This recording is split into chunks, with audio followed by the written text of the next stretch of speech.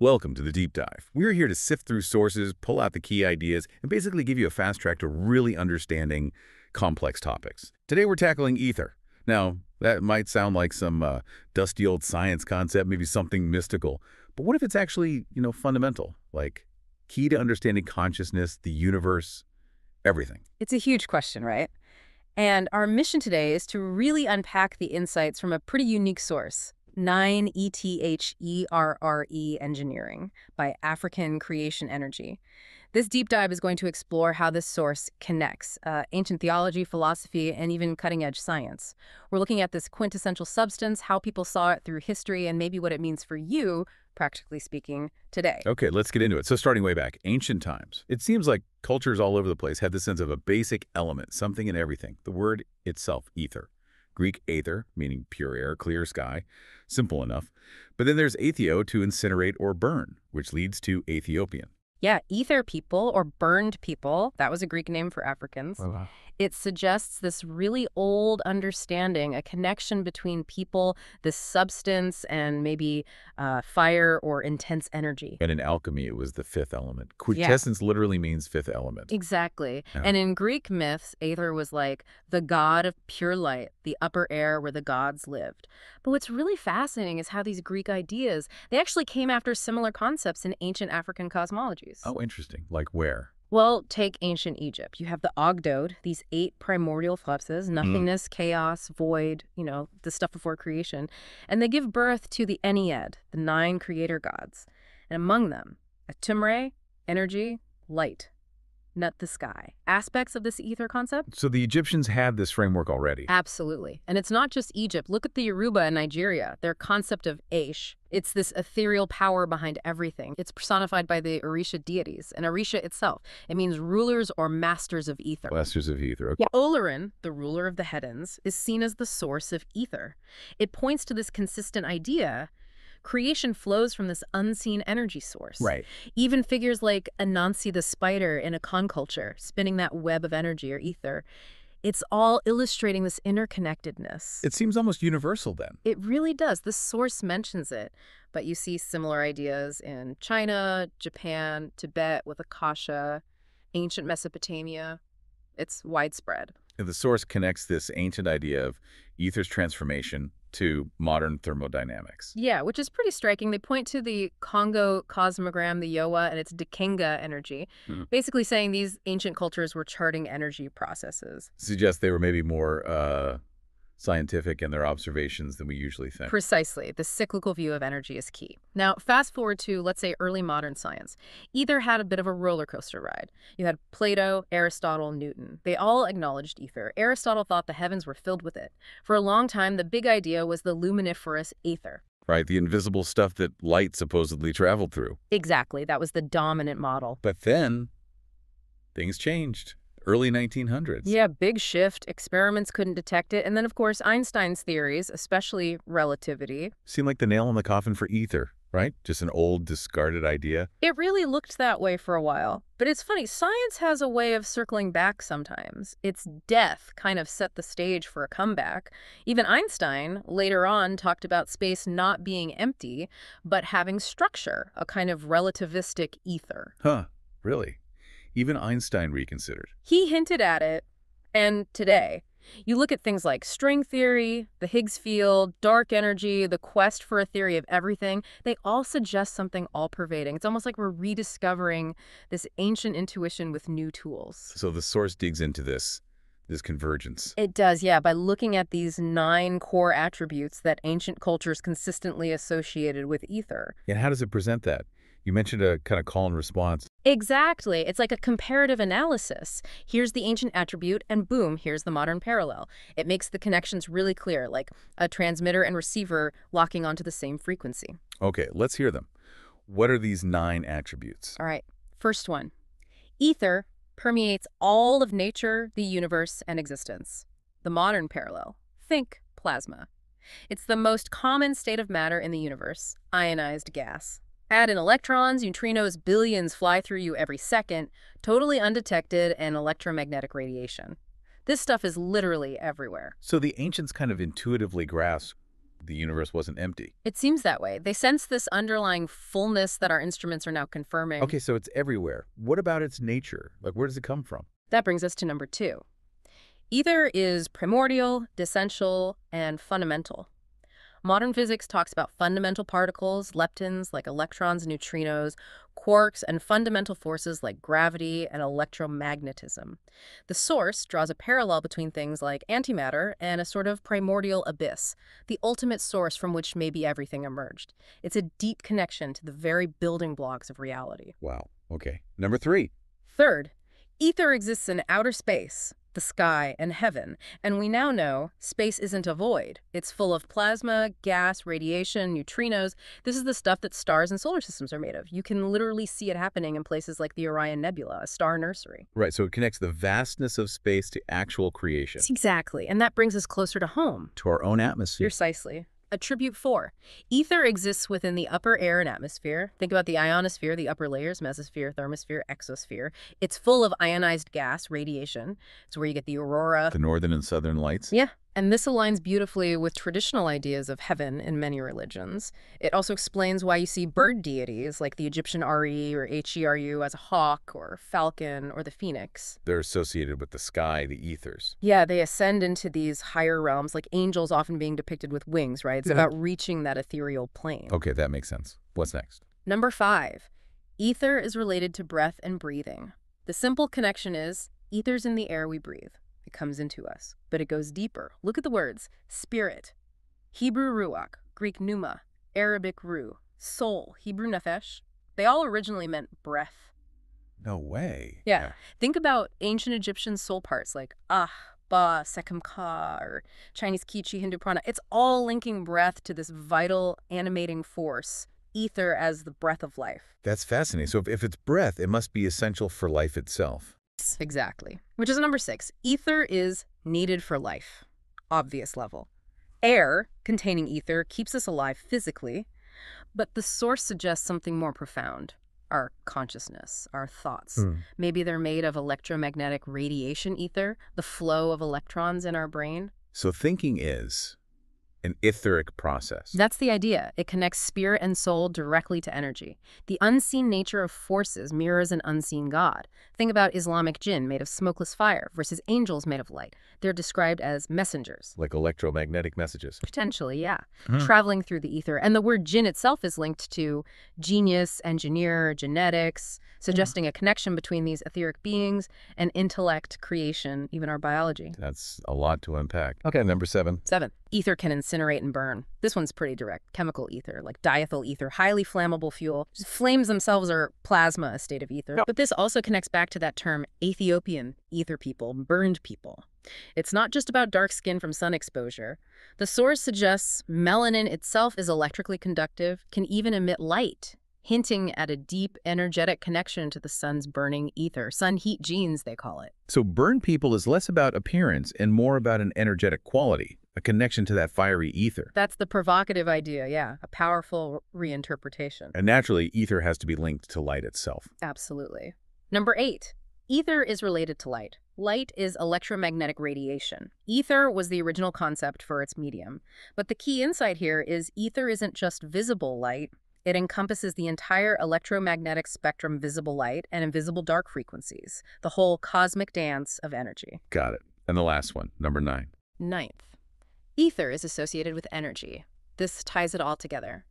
Ether is linked to the fundamental forces, electromagnetism, strong, weak, gravity. Energy is the ability to do work via a force. Look at the universe. Mostly dark energy. Plasma is that transition state between pure energy and matter. We see plasma on Earth, lightning, fire. We see it in space. Sun, stars, nebulae. Right. The source even makes a bold claim. The light, the ether, coming from stars, that's empirical evidence of extraterrestrial beings or energies. And ectoplasma, proposed as the actual substance of ghosts, spirits, suggesting life can exist as pure energy. Wow, that really reframes things, connecting the cosmic and the seemingly supernatural through this single concept. It definitely pushes you to think differently. And this whole framework, this deep dive into ether, leads us right to the specific teachings of Dr. Malachi York.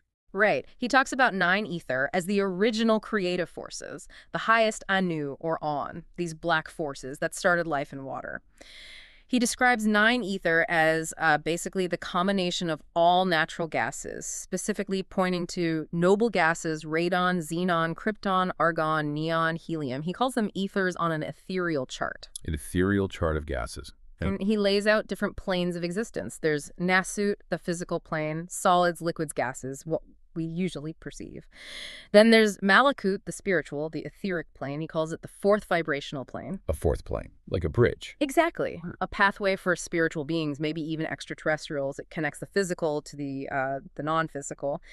And he brings ether right into the human body. He talks about ultra-gaseous matter forming our solid structure. Coals from gas. That's the idea. And life force ether in our bodily fluids, and spirit in the blood, this liquid ether that ignites life, creates our aura, houses the soul. So it's not just out there, it's in us, structuring us, animating us. Right. He even describes an etheric cord connecting us to this mental reservoir of intellect, akasha, basically. Light messages travel along this cord to our Didanarna, triggering thoughts, actions. So our thoughts are literally light messages traveling on an etheric network within us. That's the model presented. And it's cyclical, too. This 9ether isn't static. Right. You mentioned that cycle. 9ether will become 6ether through time and age, die. 6ether becomes ghost. Then 9ether resurrects again. Yeah, a whole cycle of being, dissolving, and reforming. And he talks about Etherians. The theory. Beings of crystal light energy from Ilion, which he says is the highest place. They can take any form. They're described as providers and guardians of life, kind of policing the universe, maintaining intellect. And they can shift between physical, Riskian, and energy forms, Etherian. Oh, wow. Yeah. So pure energy beings are part of this cosmology. Yes. And other writers mentioned in the source, like Unupu, Asunupu, and Nabanupu, they reinforce this. They call 9ether mental power and chemical forces that grew the universes, the original forces of order, even spontaneous fire. They also make the claim that suns are black, jet black, and that 6ether is simply 9ether in death. Suns are black. That's counterintuitive. It's definitely a different perspective on stellar energy. And then there's Afru Unu. What's his take? In his Introduction to the Nature of Nature, he defines natural ether, or universe ether, as, get this, the blood, mind, and energy of the universes. The blood, mind, and energy. That's all encompassing. Pretty much. He distinguishes helper ether, which is like sunshine, physical light, and life, from head ether, which is reason, mental, and spiritual light. This natural ether, he says, is both natural electricity and ethereal electricity. So physical electricity in something. Exactly. He says the active suns produce this original natural ether, this creative fire. And his law of natural ether is basically that energy is always transforming. It's either life or death, creation or destruction, constant change. This also ties back to the name Ethiopian from ether, meaning burning like life and black like vacuum. It explains how intense light, fire, heat-concentrated ether can make things appear black. So blackness as extreme energy concentration, not absence of light. Precisely. And head ether is explicitly called the cosmic and mundane intelligence. Linking our own thinking to the universe's intelligence, it all comes back to us then. This idea that the ether, this natural electricity, lights up our brain, allows us to perceive, to be conscious. That's the core idea. It enables sight, smell, taste, touch, hearing, the spark of our awareness. And the source says you experience this constantly. You're breathing.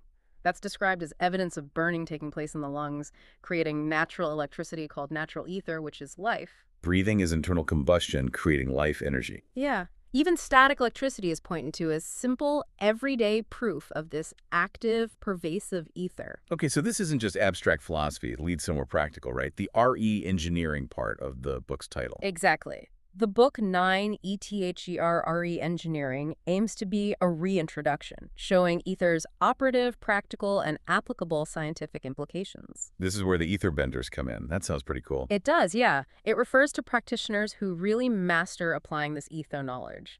The source lists 9 fields, showing a progression. Stoichiometrists, pyrotechnicians, firefighters, moving into electrical engineers, electricians, spectroscopists, laserists, light workers. Leading up to the ether benders, masters of all these fields, theoretically able to manipulate reality through understanding ether. And there's a hidden clue in the book itself, chapters 2 through 7. The first letters spell AETHER.